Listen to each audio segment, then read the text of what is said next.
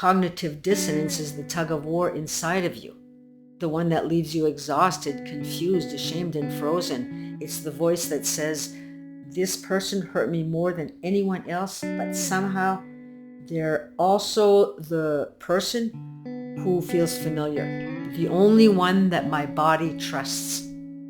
And that is where it begins. You're an afterthought. You're a nuisance. You're in the way. Talk about the cognitive dissonance this creates. They hate when you're happy. They can't stand it. If they come home to see you involved in something that you love doing, they'll make sure to burst your bubble.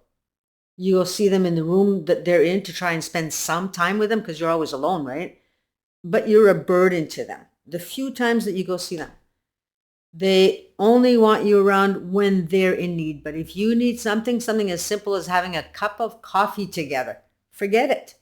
They're about them and them only. They take the word fun out of your day, out of your vocabulary. The happy-go-lucky person that you once were has been replaced with this serious, unrecognizable one. If you're planning on a gathering with friends or you have a dinner planned and you're excited about it, they make sure that it turns into a chore to get over rather than a memorable event. And they do this by making it so hard for you while you're preparing that by the time the event happens, you're so upset you can't enjoy your time. Eggshell walks become an everyday occurrence by now because that walk is used even for the smallest needs, basic needs. You weigh all of your words, go over and over in your mind how you're going to say this or approach that. Even something as ridiculous as, can we go to the movies? Because you know they'll say no, you'll be rejected.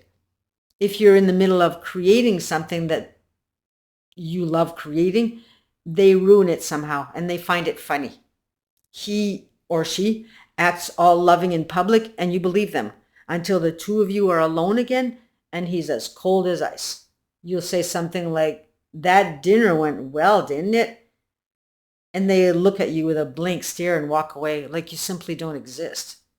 It is a daunting and discouraging feeling that you go through day after day, week after week, month after month, year after year.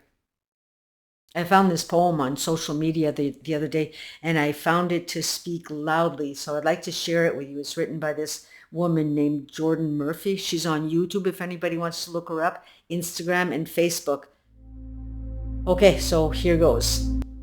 He didn't hit me, but he took my car keys and hid them so I couldn't leave. He tried to shatter my phone so I couldn't call for help. He held me down, looked me in the eyes and asked if I was going to submit to him. But he scared me so badly that I locked myself in the bathroom and slept in there all night long. Then I had to go to work the next day and act like nothing happened. He didn't hit me, but he had time for everyone else except me. He told me that he didn't have time to pursue me. He made me write down that I needed physical touch and that I wanted him to touch my thigh when we sat together because that was my love language. He didn't hit me, but he grabbed my hips and told me that I could do certain workouts to fix my inner thighs. He told me it was all in my head when I hadn't eaten for 12 hours. He lied. He cheated. He gaslit me until I questioned my own reality. No, he didn't hit me, but he made sure to hurt me every other way possible without ever leaving a mark. And this is domestic abuse, because abuse, it isn't always about bruises or broken bones. Sometimes it's control, manipulation, and slowly convincing you that your feelings aren't valid. Who's been through this? Who can relate? You show them something that you did that you're proud of, and all they can do is talk about all of the things that need improvement. And hey, what can I say? They are only trying to help. That is manipulation. How's that help feel? I mean, not too good when you've been shown only that you can't do anything right. You're never told what you can do. You aren't good enough is a reminder that seeps back into your subconscious mind. You're never welcome to any of their events either. Another rejection dart thrown at you. Constant contempt. They're cruel. They say things to cut you to the core.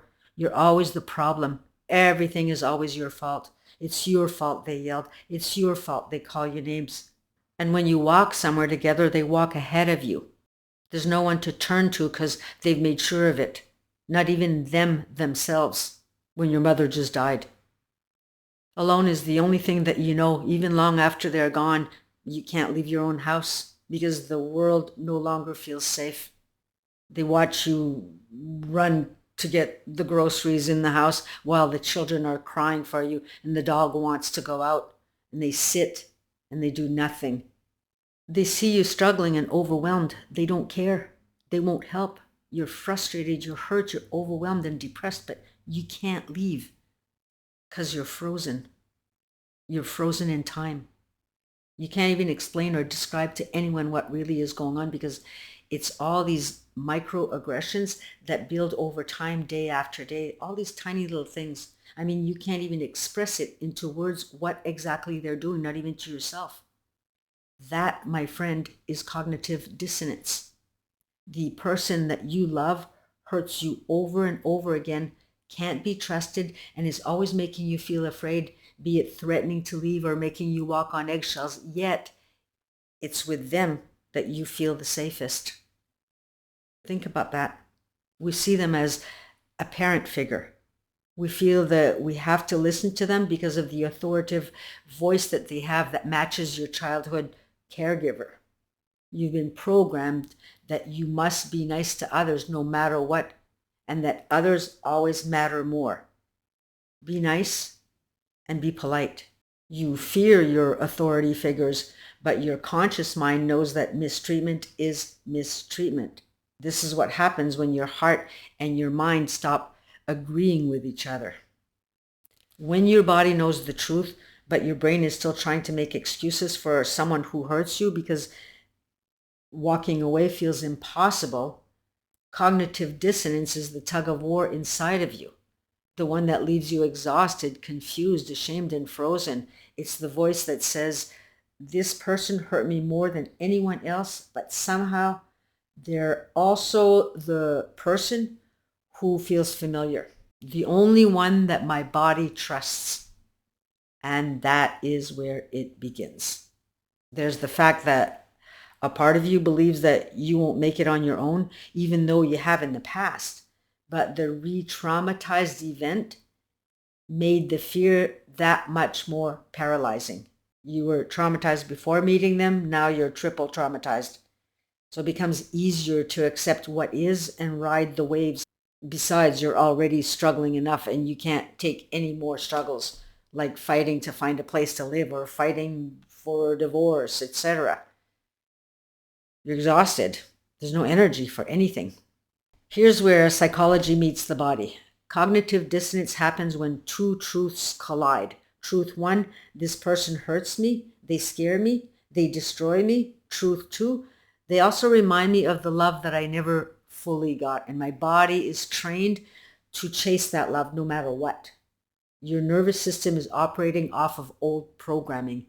If your parent was unpredictable, cold, dismissive, or explosive, your body learned to bond with danger, to stay loyal, gentle, forgiving, to be good, so that you wouldn't be abandoned.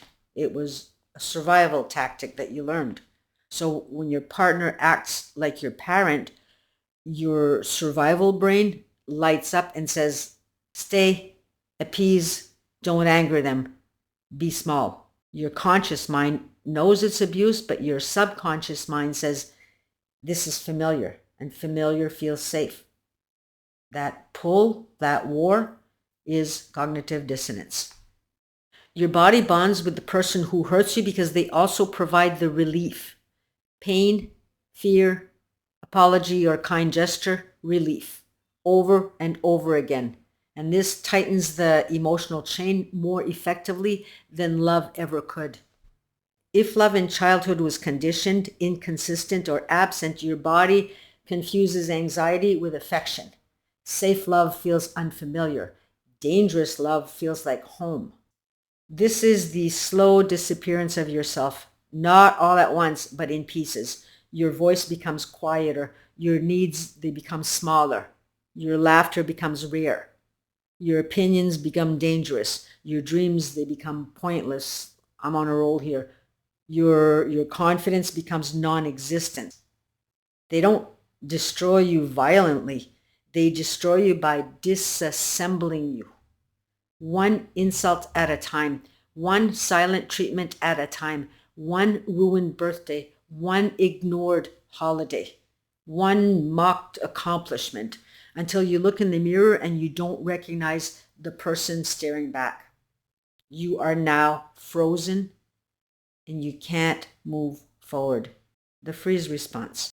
You look back and completely confused, wondering how it all happened. You're trying to make sense of it all, and it's incredibly hard to pinpoint.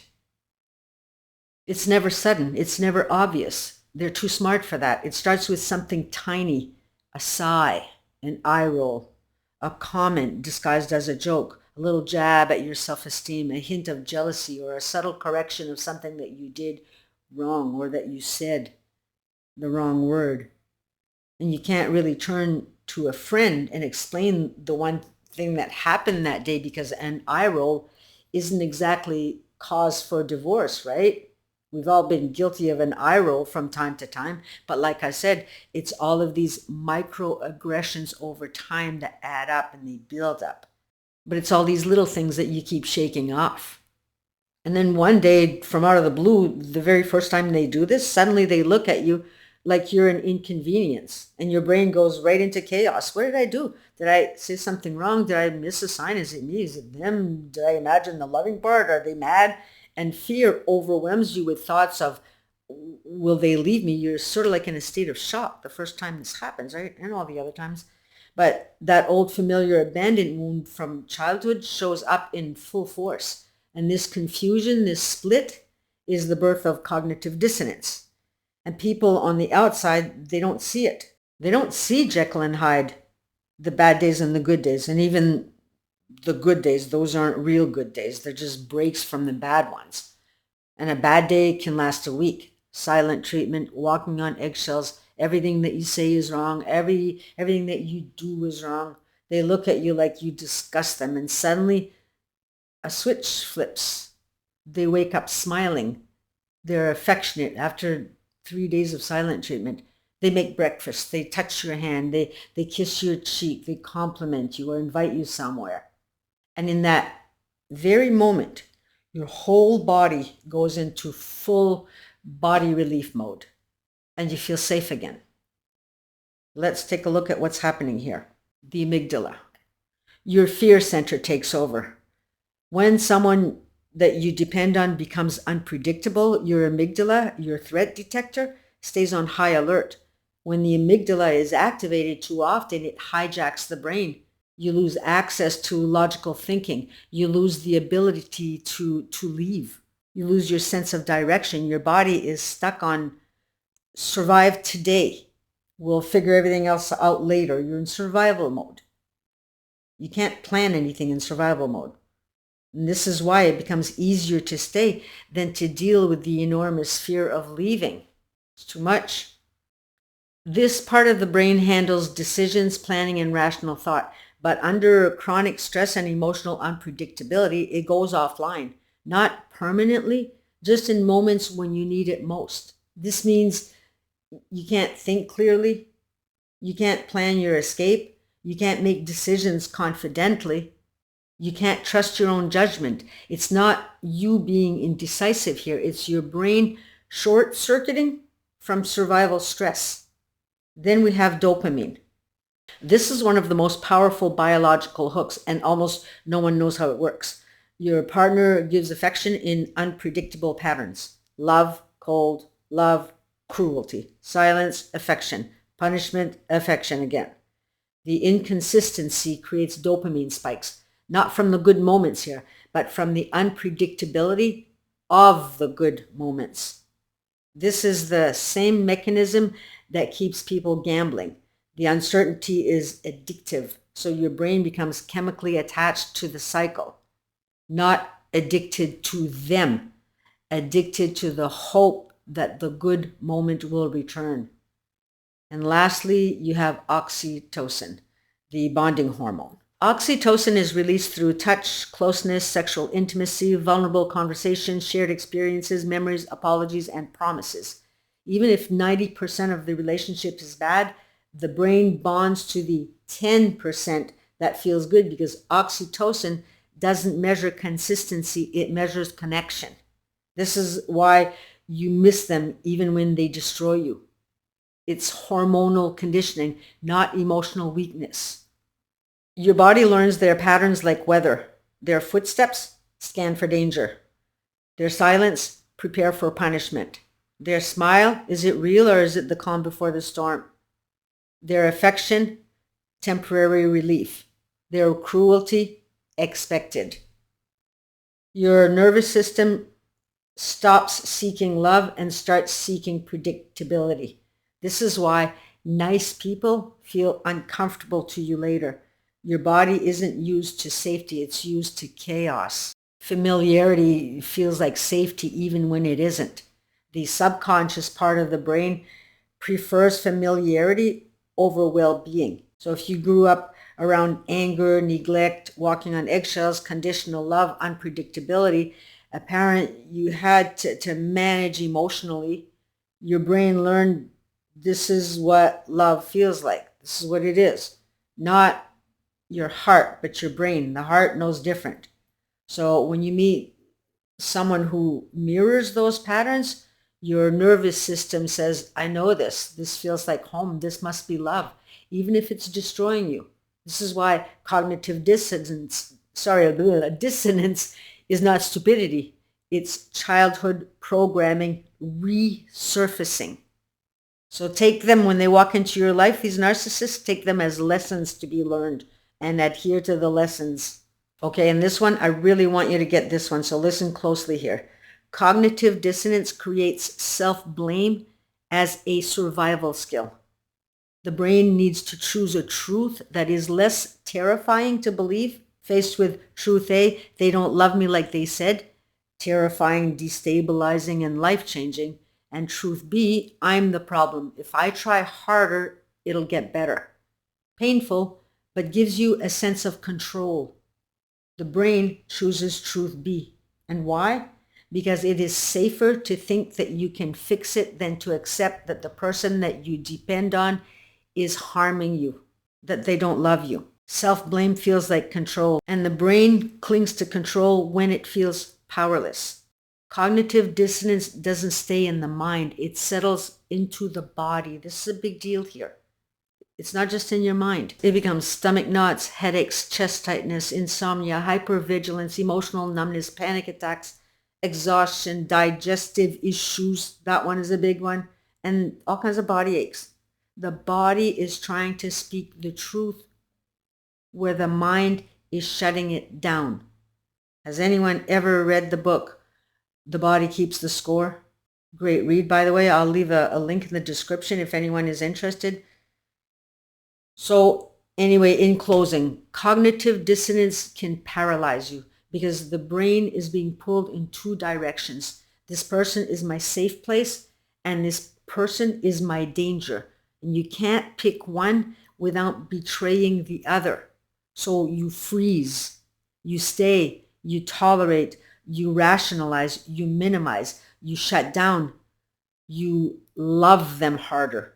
And worst of all, you disconnect from yourself instead of them. That freeze isn't a flaw.